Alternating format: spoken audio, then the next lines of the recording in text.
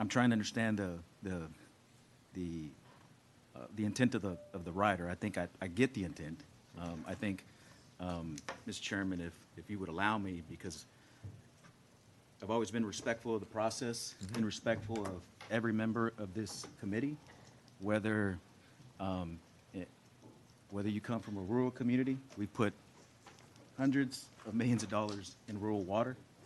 We put hundreds of millions of dollars in Texas Workforce Commission to help folks at the Workforce Commission. And I don't begrudge anybody for their views or their intent in proposing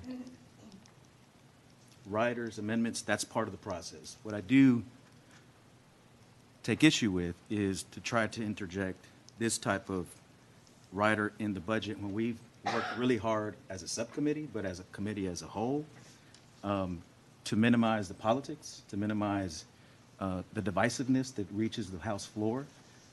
Those of you members that have been here long enough know that I've always been respectful of members' views. I don't get in people's faces on personal issues, but I will speak up when I feel that there are issues that need to be brought to the attention of folks.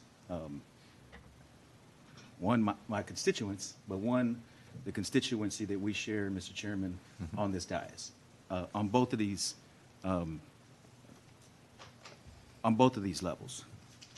And what I'm struggling with is, you know, we always have divisive issues that reach the floor. That's going to happen. I have no problems with that.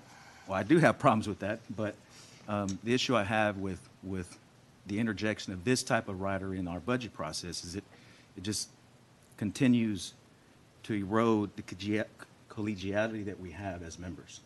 I come from a diverse background.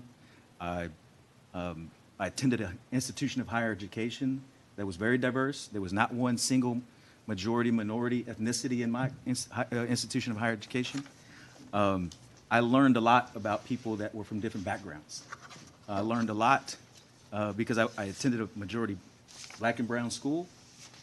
When I went to school at the University of Houston, I got to meet folks that were from rural East Texas or West Texas. It opened my eyes about different cultures, and even within my own culture, folks of Hispanic descent from Houston are different from folks from Hispanic descent from South Texas. That's just a reality, but that's the beauty of Texans. It's the beauty of that diversity, that inclusion.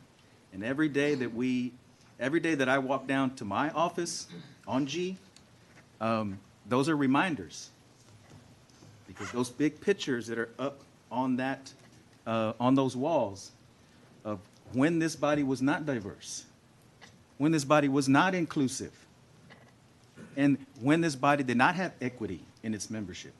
Those are daily reminders to me, and to when I see my boys, when I can show my boys that there's people that look like them now on those walls, that matters to us. That matters to my children.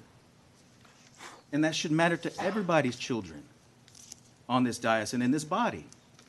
And so if I can show my children that they can envision themselves as members of the Texas legislature, when before they did not have the opportunity to do that, I think that's a source of pride for us, and it should be a source of pride for us. But it took us a long time to get here. It took the Civil Rights Act. It took the Voting Rights Act. It took a lot of struggle from a lot of people to allow somebody like me, who came from nothing,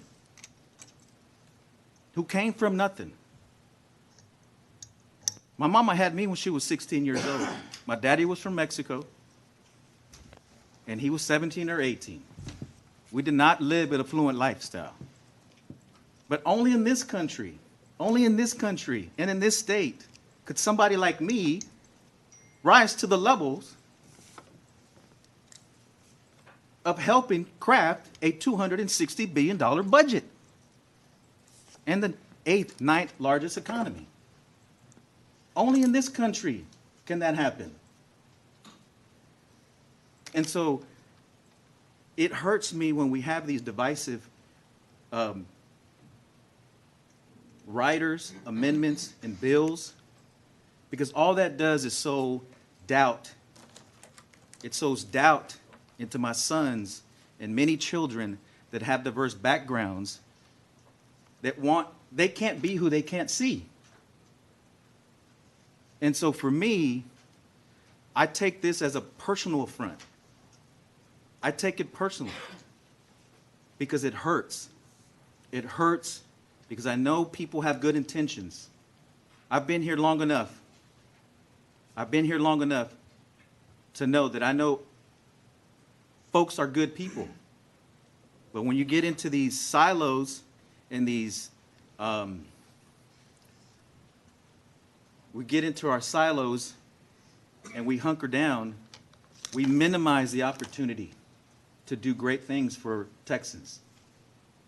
But I always view the work that I do here, Mr. Chairman, and I'm going to move that we sever Rider 186 on page 11. And this is no ill will on the intent of the author. I have no ill will to that member, because everybody that disagrees with me or had disagreements with me knows that I've always been respectful of you and your views.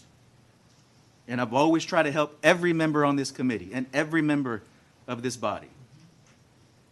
Representative Toth, I've always tried to be helpful.